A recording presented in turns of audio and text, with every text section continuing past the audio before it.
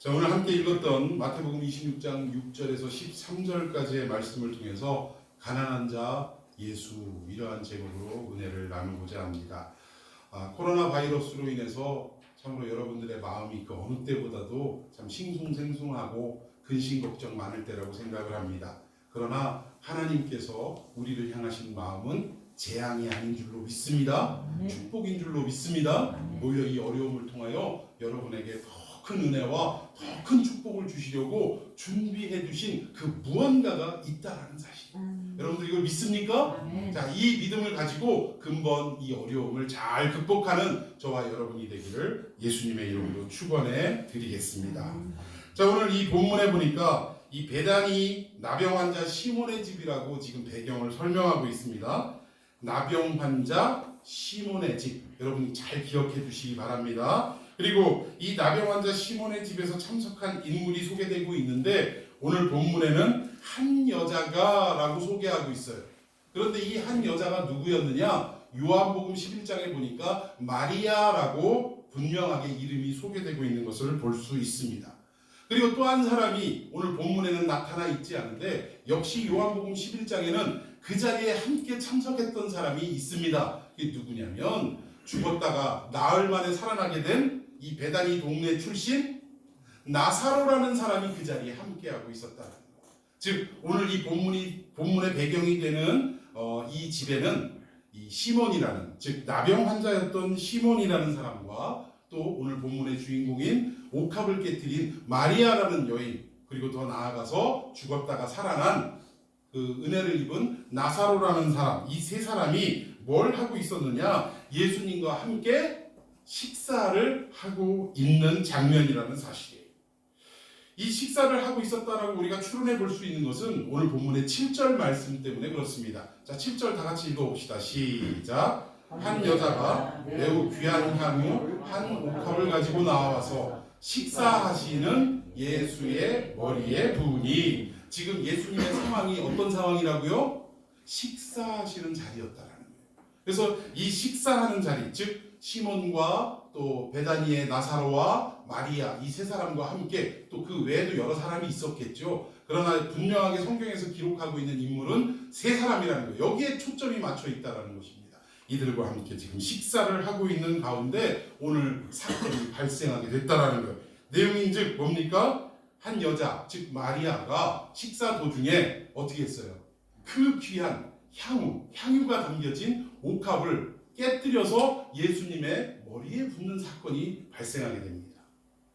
어떤 성경에는 예수님의 머리에 부었다, 오늘 본문 같은 경우는 그렇고, 어떤 복음서에는 그 발에 부었다라고 하는데 어떤 게 맞을까요?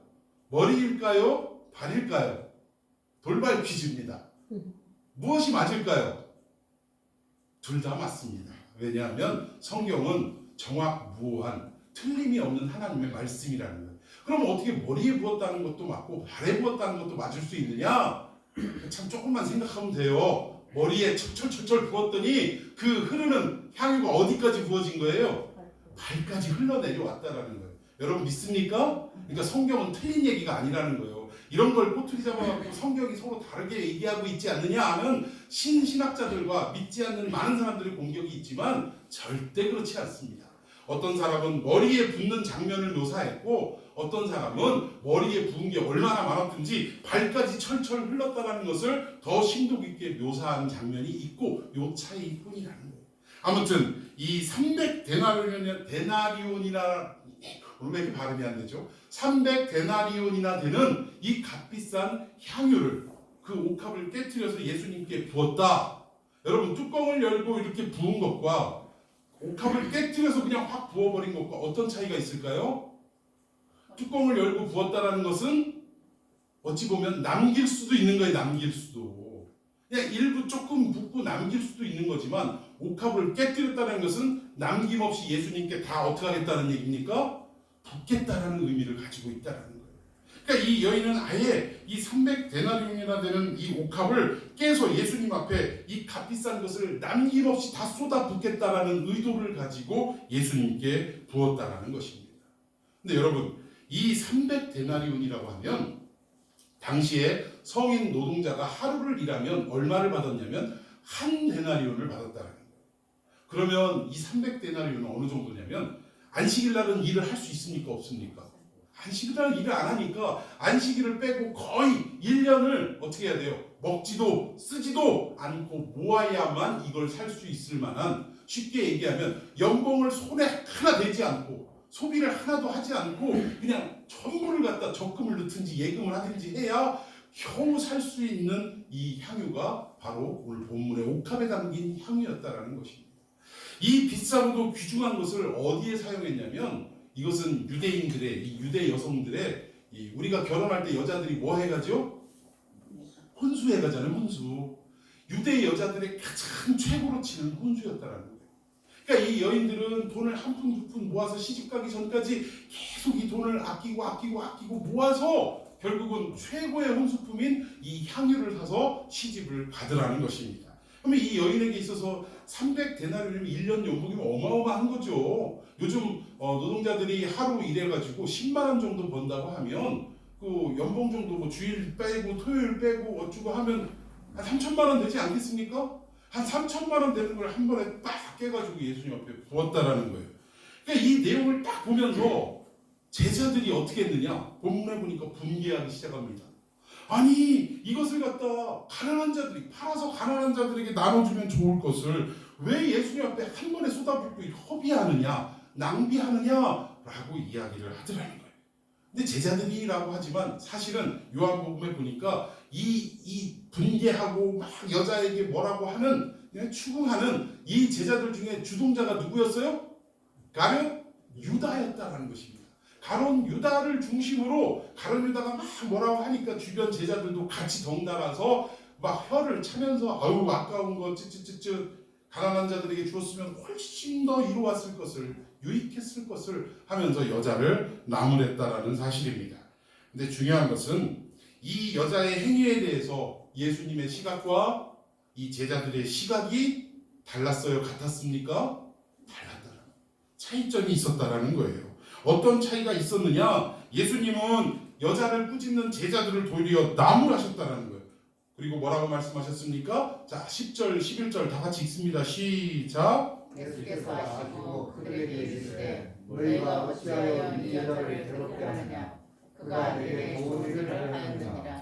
가난한 자들은 항상 너희와 함께 있거니와 나는 항상 함께 있지 아니하리라. 아멘. 이 여자를 향해서 무슨 일을 했다? 좋은 일을 했다라고 예수님은 평가하셨다는 거예요. 제자들은 그 비싼 것을 가난한 자에게 팔았으면 더 좋았을 것을 라고 얘기했지만 예수님은 아니라는 거예요. 그 일이 가장 좋은 일을 한 것이다 라고 평가를 하셨다라는 것입니다. 그리고 오늘 본문에 제가 그동안 우리가 이해하고 수없이 들어왔던 설교와는 조금 맥락을 달리해가지고 제가 오늘 그 본문의 요절로 삼은 것이 바로 11절 말씀입니다. 11절 다시 한번 한 구절 한 구절을 생각하면서 읽어봅시다. 시작. 가난한 자들은 항상 너희와 함께 있거니와 나는 항상 함께 있지 아니하니라. 여기에 너희는 누굽니까? 제자들을 말하는 거예요. 너희는 하고 그 일컫는 대상은 제자들을 말합니다. 가난한 자는 항상 제자들과 함께 있지만, 자 이것을 조금 우리식으로 표현하자면 결국 12제자가 그 제자들을 통해서 만든 공동체가 무엇입니까? 네? 교회 공동체예요. 예수님의 제자들을 통해서 예수님은 이 땅에 교회라는 공동체를 만드셨다라는 거예요. 예수님이 부활 승천하시고 오순절날 마가의 다락방에 성령님이 임하심과 동시에 결국 어떻게 됐어요? 성령을 입은 이 제자들과 많은 무리들이 결국은 무엇을 이루게 됐냐? 초대교회를 이루게 됐더라는 거예요. 결국 예수님의 제자들은 오늘날의 누구를 상징하냐? 교회를 상징한다라고 말할 수 있습니다. 그러니까 제자들에게 바라신 예수님의 모든 말씀은 오늘 이 시대를 살아가는 우리 교회에게 하시는 말씀과 동일하다라고 이해하면 좋을 것 같습니다. 결국은 이 제자들, 즉 교회들에게 뭐라고 말씀하시냐면 너희 교회들은, 이 교회는 건물을 얘기하는 게 아니라 오늘 이 자리에 함께 예배하는 주님으로부터 구원을 받은 우리 한 사람 한 사람이 모인 공동체인 줄로 믿습니다. 이 교회가 어떻게 해야 되냐? 가난한 자들과 항상 어떻게 해야 된다? 함께 해야 된다. 여러분 동의하십니까? 아멘. 가난한 자는 물리적으로 아무것도 없고 정말 먹을 것도 없는 가난한 자도 맞지만 또 하나는 뭐예요? 예수 그리스도를 알지 못하고 아직 구원을 받지 못한 이 암울한 세계 속에 이 암울한 어둠 가운데 빠져있는 영혼들이 가난한 심령이라고 또 표현할 수도 있다라는 것입니다. 그러니까 이 교회는 항상 그런 자들과 함께 해야 된다라는 거예요. 우리가 선교의 의미도 바로 그런 것입니다. 저 멀리 필리핀에 정말 예수 그리스도를 알지 못하는 아직도 미개하게 살아가고 있는 그들에게 그들이 결국 가난한 자들 아닙니까? 그들과 함께 해야 할 사명이 누구에게 있다라는 거예요? 교회에게 있다라는 것입니다. 당시에는 제자들에게 있다라는 거예요. 근데 예수님은 더 뭐라고 말씀하셨냐? 너희들은 항상 함께 하거니와 나는 항상 함께 있지 않는다라고 말씀하셨어요. 이게 무슨 의미일까요? 예수님은 얼마 안 있으면 곧 어떻게 하시겠다는 십자가를 지시고 이 땅에 계시지 않는다라는 것을 말씀하는 것입니다.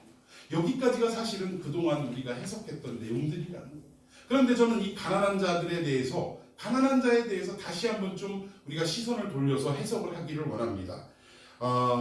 예수님이야말로 이 땅에서 가장 가난한 자 중에 하나, 아니 그 정도도 부족하죠. 제일 가난하신 분이 누구시냐? 예수님인 줄로 믿습니다. 근데 왜 그분이 가난한 자냐? 원래 가난하신 분이 아니에요. 예수님 자체는 어디에 계신 분입니까? 하늘 보좌에 계신, 이 세상의 그 부유함과는 비교할 수 없는 가장 부유하신 분이 누구시더라? 예수 그리스도시더라고요.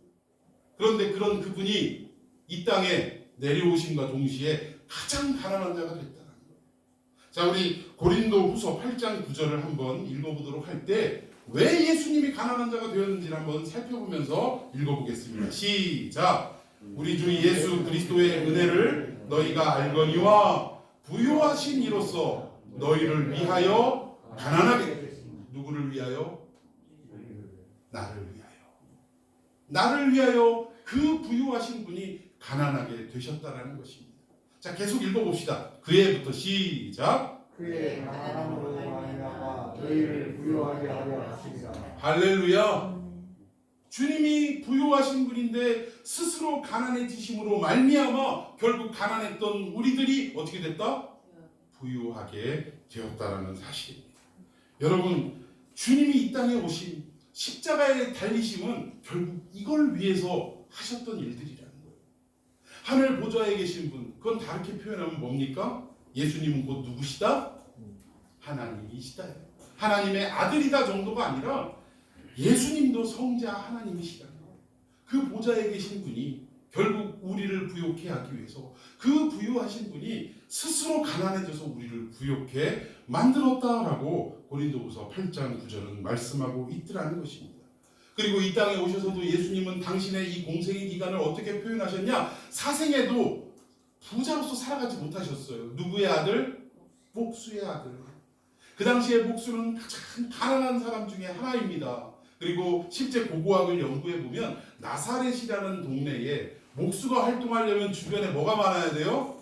나무가 많아야죠. 그런데 나사렛에는 나무가 별로 없습니다. 오히려 돌이 많아요.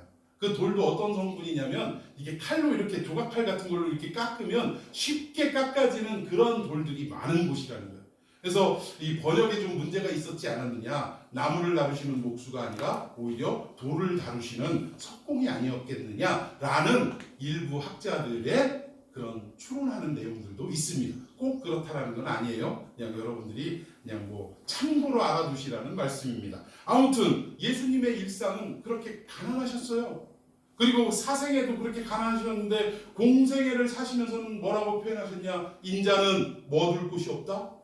머리 둘 곳이 없다. 이게 무슨 말이에요? 편안하게 누워서 잠 한숨 청할 수 있는 곳이 없다 이거 아닙니까? 그 뭐 우리 말로 뭐라 그래? 동가식 서가숙 한다고 그러잖아요. 여기 가서 밥 먹고 저쪽 가서 잠자야 되고 잠도 온전히 잡니까? 껄핏하면 겟세마네 동산과 같은 그런 곳에서 밤을 새워 기도하기가 일쑤였죠.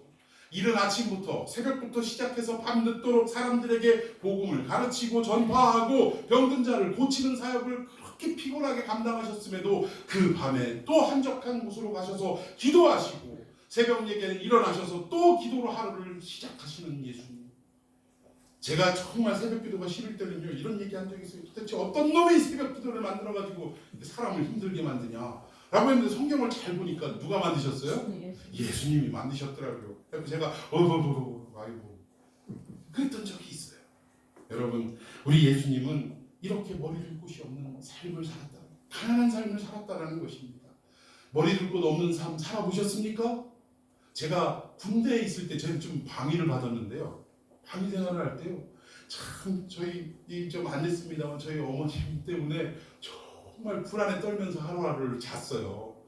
이제 저녁 때 퇴근하고 와가지고 집에서 잘 때 하루가 멀다 하고 빚쟁이들이 막 엄마 어딨냐고 막 찾아내라고 막 난리를 치고 이러는데 와 정말 이 가슴이 조마조마하고요. 막 심장이 벌렁벌렁거리고 한참 젊은 나이인데도 이게 너무 시달리니까 언제 한 번은 막 그냥 불도 못 떼고 그 한겨울에 추워가지고 막 두꺼운 이불 덮고 오들오들 떨면서 자고 있는데 갑자기 누가 신발 신은 채로 막 방으로 들어와가지고요 자고 있는 제 멱살을 잡고 막 일으키더라고요.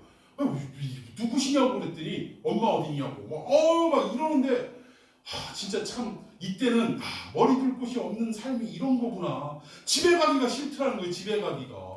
여러분 이런 거 빚쟁이나 이런 뭐 여러 가지 일들로 고통을 당해본 사람이라면 머리 둘 곳이 없는 삶이 얼마나 비참하고 고생스러운지 아실 것입니다. 예수님이 이렇게 머리 둘 곳이 없는 가난한 삶을 살았다라는 거예요. 그 가난하심은 누구를 위하냐라고 분명히 말씀했냐면 바로 저와 여러분을 위해서 스스로 가난케 되셨다. 결국 그분의 가난해지심으로 말미암아 우리가 어떤 자가 됐다? 부요한 자가 됐다라고 성경은 말씀하고 있더라는 것입니다. 여기에 가난은요 예수님이 가난한 자가 됐다라는 것은 뭐 빚쟁이가 됐다 그런 얘기가 아니라 어떻게 보면 가장 영광스러운 자리에 있던 주님께서 이 땅에 오심으로 말미암아 가장 비참한 자리에 처하게 됐다라는 것을 가난하다라고 표현하고 있다라는 것입니다. 더 나아가서 당신이 짊어지셔야 할 십자가의 죽음을 암시하는 것이 가난하다라고 지금 표현하고 있다라는 거예요. 다시 현장으로 좀 돌아가 보십시다. 오늘 말씀 본문 배경으로 돌아가면 누구의 집이라고 그랬죠? 제가 기억하라고 그랬는데 이 시몬인데 전력이 있어요. 뭐 했던 사람이에요? 나병에 걸렸던 사람이에요. 여러분 문둥병은 무엇을 말합니까? 구약에서는 이 문둥병은 하늘로부터 내려오는 천형이었어요. 당시에는 뭐 의학이 발달하지 못해서도 그런 것도 있지만 이 성경을 통해서 우리에게 암시하는 게 뭐냐면 문둥병이야말로 무엇과도 같냐? 죄를 지은 즉 죄 가운데 빠진 인생의 모습과 똑같다라는 거. 여러분 문둥병의 대표적인 게 어떤 증상입니까? 살성이 썩어 들어가면서도 느낌과 아픔과 고통을 느끼지 못한다라는 게 문제예요. 그리고 심지어는 막 손이 잘라지고 손가락이 떨어져 나가고 코가 떨어지고 이러는데도 그 고통을 알지 못하는 것이 문둥병이라는 것입니다. 여러분 우리의 죄된 모습이 어땠어요? 죄인임에도 불구하고 우리가 영원히 날마다 죽어가고 살점이 떨어지는 것처럼 영원히 떨어져 나가고 점점 사망의 음침한 골짜기 가운데 빠져 들어가는 인생을 살아가면서도 아픔을 몰랐어요? 몰랐어요? 알았어요? 모르더라고요. 이게 인간이 살아가는 당연한 삶인 줄 생각하고 그냥 그렇게 살아왔더라는 것입니다. 그런데 어느 날 예수 그리스도를 만나는 그 순간 나의 모든 삶이 문둥병자와 같은 이런 죽음의 세계로 달려가는 나의 인생이었음에도 깨닫지 못하고 알지 못하는 삶이었구나라는 것을 우리가 주님으로 인해 알게 되는 거예요. 말씀을 통해 깨닫게 되더라는 것입니다. 그리고 나서 두 번 다시 우리의 살성이 썩어져가는 죄악 가운데 빠져들지 않기 위해서 날마다 주님의 말씀 붙들고 주님 앞에 기도하고 그분을 높여드리는 찬양 가운데 살아가는 삶을 살아가고 있지 않습니까? 여러분 이것을 뭐라고 그래요? 신앙생활이라고 이야기하는 것입니다. 여러분 나병 환자의 시몬 집에 왜 가셨을까? 이 땅에서 가장 비참하고 이 땅에서 가장 가난한 사람을 누구라고 꼽을 수 있느냐? 나병 환자 시몬이라고 꼽을 수 있다. 또 한 사람 누가 있습니까? 식사 도중에 옥합을 깨서 부었던 마리아가 있고 또 한 사람 죽었다가 살아난. 여러분 여기 죽었다는 것은 육신의 죽음도 암시하지만 우리의 영혼이 범죄함으로 말미암아 하나님과 관계 속에서 우리는 이미 죽어있는 상태예요. 죽어가는 우리들을 살리시고 이게 아니라 이미 죽었던 우리를 살리신 줄로 믿습니다. 이미 죽어있는 그 상태인 나사로를 가장 비참하고 가장 가난한 이 상태인 나사로를 다시 살리심으로 하나님의 그 은혜를 구원의 은총을 맛보게 하셨다는 거예요. 그 나사로가 지금 이 현장에 함께하고 있습니다. 또 한 사람 누구라고요? 마리아. 이 마리아는 원래 이름의 뜻이 어디에서 파생됐냐면 마라에서 파생된 이름이에요. 마라 하면 생각나는 두 군데의 장면이 있습니다. 첫 번째 뭐예요? 출애굽한 이스라엘 백성들이 목이 말랐어요. 홍해를 건넜음에도 정말 노래를 부르고 하나님 할렐루야 찬송하네, 적군을 이기셨네 막 이렇게 노래 부르는 게 채 침이 마르기도 전에 물이 없어서 모세에게 원망하기 시작합니다. 그러다가 물을 만났는데 마실 수 있는 물이었어요? 못 마시는 물이었어요? 못 마시는 물이었어요. 너무도 써서 사람이 마실 수 없는 물이었습니다. 생명을 줄 수 있는 물이 아니었다라는 거예요. 그때 이 물을 뭐라고 이름을 칭했죠? 마라. 그래서 우리가 마라의 쓴물, 마라의 쓴물 이렇게 이야기하지 않습니까? 또 하나 마라 하면 생각나는 게 룻기예요. 룻기. 기근이 찾아왔다고 모압 땅으로 전 식구가 이주를 했습니다. 사실은 그 당시에 이주를 했다라는 것은 이건 완전히 어떻게 보면 목숨을 건 행위고 하나님으로부터 완전 등 돌리는 행위라는 거예요. 유대인들은 절대 아무리 어려움이 있어도 자기 땅을 버리지 않고 끝까지 지키더라는 것입니다. 그런데 이들은 떠나갔어요. 근데 거기에서 남편 죽고 아들 둘 죽고 며느리 둘 남았는데 돌아가라 했더니 하나는 돌아가고 하나는 끝까지 어머니의 하나님이 내 하나님이 되고 어머니의 백성이 내 백성이 되리라 라고 하면서 끝까지 쫓아왔어요. 고향으로 딱 베들레헴으로 들어오는데 사람들이 뭐라고 합니까? 저기 나오미가 온다 라고 할 때 우리는 어떻게 생각했어요? 아, 저 이민 갔던 저 사람이 돌아오는구나 이런 정도로 생각했죠. 나옴이라는 이름의 뜻이 뭔지 아십니까? 기쁨, 희락, 즐거움 이런 뜻이에요. 그 무슨 말이에요? 아이고 기쁨이 오네, 희락이 오네, 아이고 잘 살겠다고가 먼 타국으로 갔더니 쫄딱 망해갖고 오고 있네. 조롱하는 거예요. 조롱하는 거. 그 조롱을 들은 나오미가 나의 이름을 나오미라 부르지 말고 뭐라고 하라? 마라라고 하라. 마라라는 뜻은 쓰다. 나는 망한 여자입니다. 나는 인생의 쓴맛을 보고 온 여자입니다. 지금 그 얘기를 하는 거예요. 결국 마리아라는 이 이름의 뜻이 가장 비참한 삶을 살아갔던 이 나오미와 같은 여인의 삶, 이 땅에서 가장 가난한 여인의 삶, 이것을 지금 나타내더라는 거예요. 오늘 시몬, 또 나사로, 또 이 마리아, 이 세 사람은요, 이 세상에서 살아갈 때 가장 천하고 가장 어떻게 보면 가난하고 누군가의 도움이 없이는 전혀 살아갈 수 없는 이런 최하층의 사람들을 지금 설명하는 대표 인물들이라는 거예요. 그 대표 인물과 지금 예수님이 지금 어떻게 하고 계셨다고요? 식사를 하고 계셨다는 거예요. 여러분 시편 23편에 원수의 목전에서 내게 뭘 베푸셔요? 상을 베푸시고 여기서의 상은 참 잘했어요 하고 도장 찍어주는 상장 주는 이 상이 아닙니다. 뭘 말해요? 밥상을 말하는 거예요. 식탁을 베푸셨다라는 거예요. 그러면 유대인들에게 밥을 같이 먹는다는 것은 어떤 의미냐? 너와 나는 이제 한 가족이다 이 의미예요. 유대인들은 아무하고 식사하지 않습니다.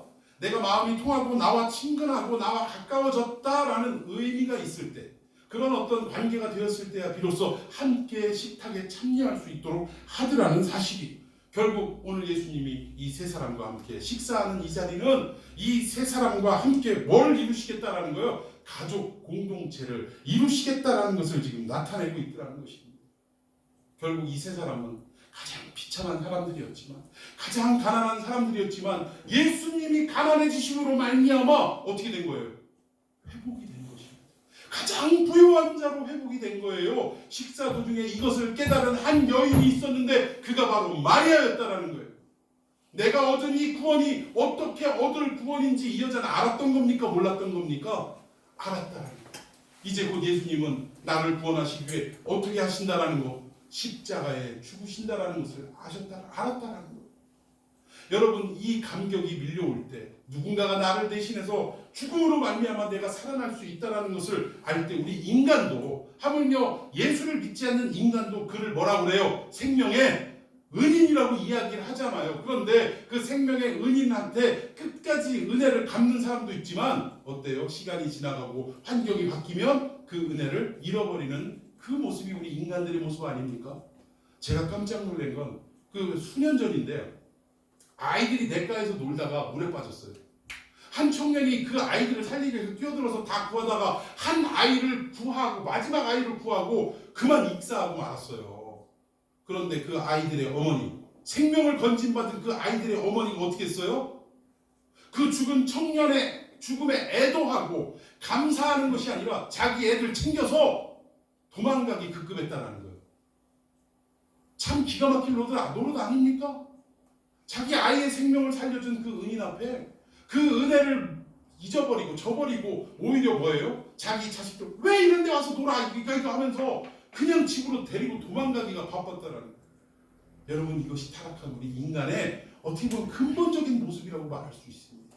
그런데 오늘 마리아는 그러지 않았다는 거예요. 나의 이 회복됨이, 이 가난한 자리에서 내가 부유한 자로 옮기워짐이 누구를 통해서냐? 예수님의 십자가. 지금 나와 함께 식사하시는 예수님의 십자가로 말미암아 내가 새 생명을 얻게 되고 내가 부유한 자가 되는구나 하는 것을 깨닫는 순간 가만히 있을 수가 없었습니다.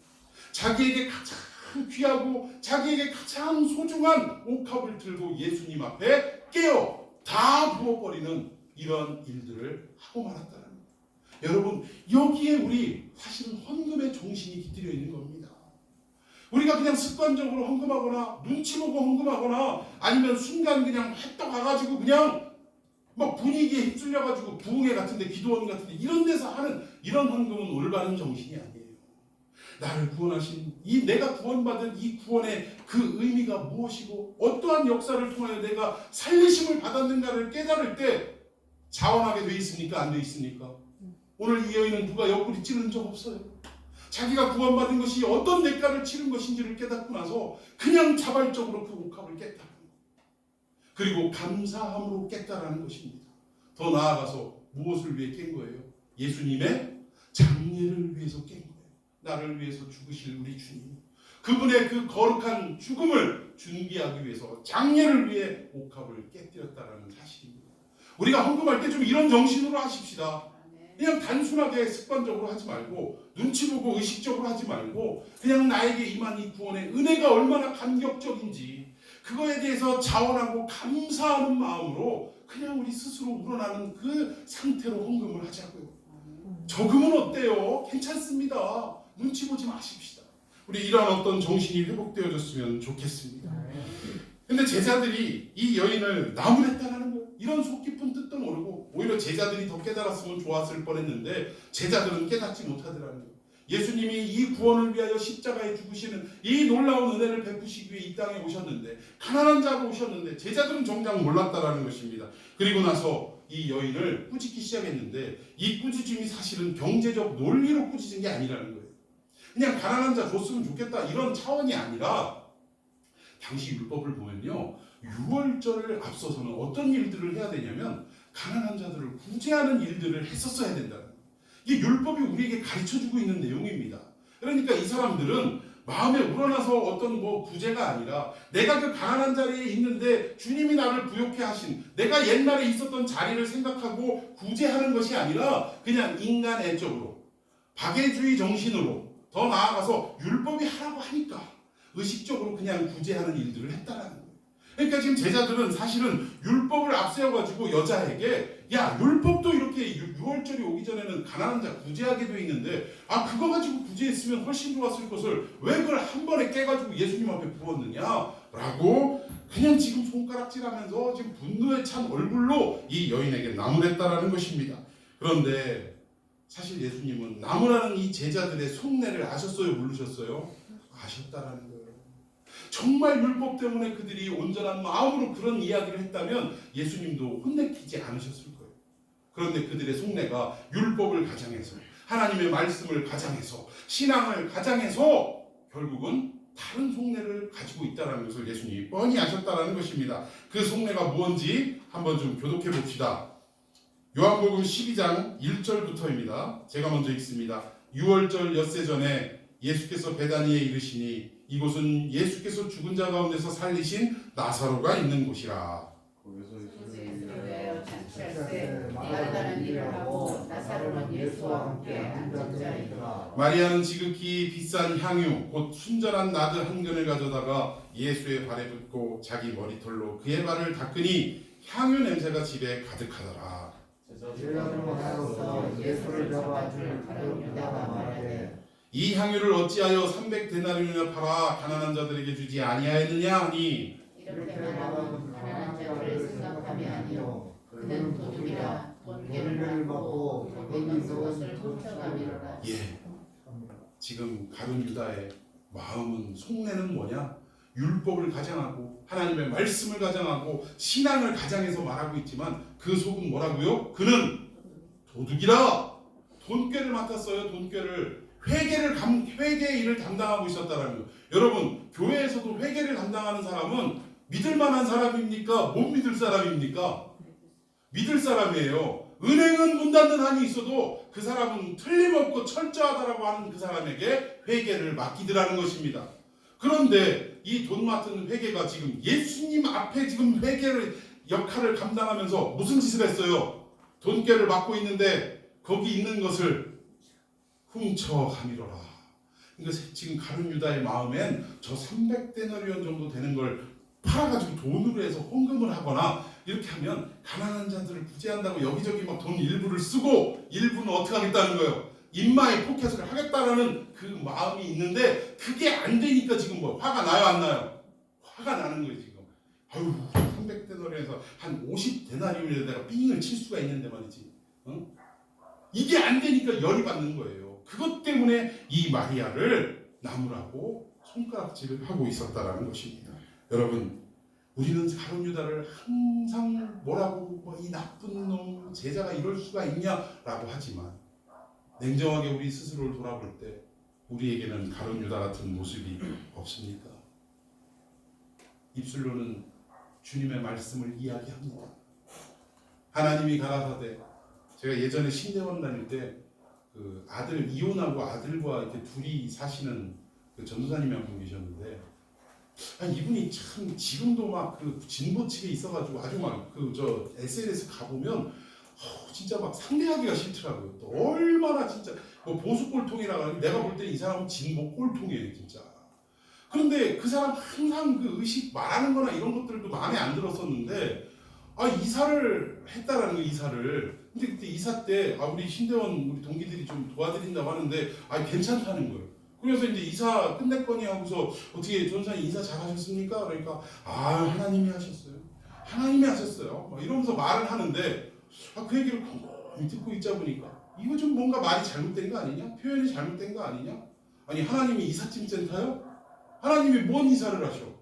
하나님이 좋은 곳으로 아무 탈 없이 이사할 수 있도록 은혜를 베푸셨다. 이렇게 말하는 게 맞는 거 아닙니까? 그 껄핏하면 이게 이 습관이 돼가지고 하나님이 하셨어요. 하나님이 하셨어요. 어떤 책에도 그런 책이 있대요. 어떤 사모님이 하나님이 하셨어요. 하나님이 하셨어요. 좀 우리 냉정하게 잘 파악해 볼 필요가 있어요. 뭘 하나님이 하셨어요? 하나님이 할 수 있도록 은혜를 베푸셨지. 하나님이 뭐 이삿짐 센터도 아니고. 돈 없는데 하나님이 주셨어요. 뭐 그건 좀 의견 된다. 근데 좀 말할 때 보면 전혀 어울리지 않는 얘기를 막 자꾸 우리 신앙적인 어떤 입에 배인 소리들 가지고 누가 뭔가를 얘기할 때 우리가 거절하기 딱 좋은 얘기가 뭐예요? 우리 뭐부터 해봅시다. 뭐부터 해요? 기도부터 해봅시다. 이건 완곡한 거절이에요. 뭔 기도를 해? 기도도 하지도 않더만. 그러니까 안 하겠다라는 얘기를 이런 식으로 표현하는 우리들의 모습 결국은 뭐예요? 하나님의 말씀을 가정해서 결국은 다른 생각을 품고 있는 이런 모습은 아닙니까? 또 앞에서는 열심히 하는 것 같지만 뒤에서는 이건 목사님들도 그래요. 정치하려고 하고 뭔가 이득을 얻으려고 하고 이런 것들 때문에 앞에서는 거룩한 척하지만 뒤에서는 온갖 세상 사람들도 하지 않을 만한 그런 짓들도 서슴없이 하는 가룟 유다와 같은 모습입니다. 여러분 또한 우리 기도 내용을 들어보면 온갖 하나님의 나라와 하나님의 뜻을 위하여 기도하기보다는 온갖 내 욕심과 내가 하고자 하는 그 일들에만 그냥 매몰돼가지고 그것만 달라달라 하는 그런 기도는 아닙니까? 결국 가룟 유다의 범주에서 벗어날 수 없다라는 것입니다. 오늘 이 허울과 명분을 다 십자가 아래 내어놓는 저와 여러분이 되기를 예수님의 이름으로 축원해 드리겠습니다. 오늘 이 여인이 칭찬받은 내용이 뭡니까? 결국 뭐냐면 예수님이 자기에게 베푸신 이 은혜가, 가난한 자를 부욕해 하신 이 은혜가, 십자가를 통해 자기를 구원시켜 주신 이 은혜가 어디에서 나왔는지를 분명하게 알고 있더라는 거예요. 예수님의 죽음으로 말미암아, 십자가로 말미암아 나에게 임했다라는 것을 깨닫고 있었다라는 사실입니다. 그래서 장례를 준비했다라는 거예요. 그래서 예수님이 이 여인의 행한 일들이 복음이 전파되는 곳마다 어떻게 하라고요? 함께 기억되게 하라라고 말씀해 주셨다라는 것입니다. 사랑하는 성도 여러분, 우리 주님이 가신 길이 부요하신 자였으나 누군가의 가난함을 부요로 만들기 위해 스스로 가난한 삶을 선택하셨다면 우리가 예수님의 뒤를 따르는 제자일진데 그분이 걸어가신 길을 따라가야 하지 않겠습니까? 십자가에서 거듭난 생명이라면 우리 주님이 걸어가신 그 길, 누군가를 위하여 부요한 내가 스스로 가난해질 수 있는 삶, 이것이야말로 주님이 가장 기뻐하시고 주님이 복음이 전파되는 곳마다 이 여인의 행위도 함께 기억되게 하라고 말씀하신 것처럼 그 칭찬이 우리에게도 임하게 될 줄로 믿습니다. 이번 고난주간이 그 의미를 좀 가져야 돼요. 높은 산이 되기보다, 찬양에도 그거 있잖아요. 저기 높은 산이 되기보단 오름직한 동산이 돼서 누구나 올라올 수 있도록, 누구나 편안함을 누릴 수 있도록, 누구나 안식을 누릴 수 있도록 하는 역할, 그것이야말로 스스로 가난해지는 삶인 줄 믿습니다. 이 가난한 삶이 저와 여러분에게, 우리 교회 안에 흘러넘치는 역사가 있기를 예수님의 이름으로 축원해 드리겠습니다.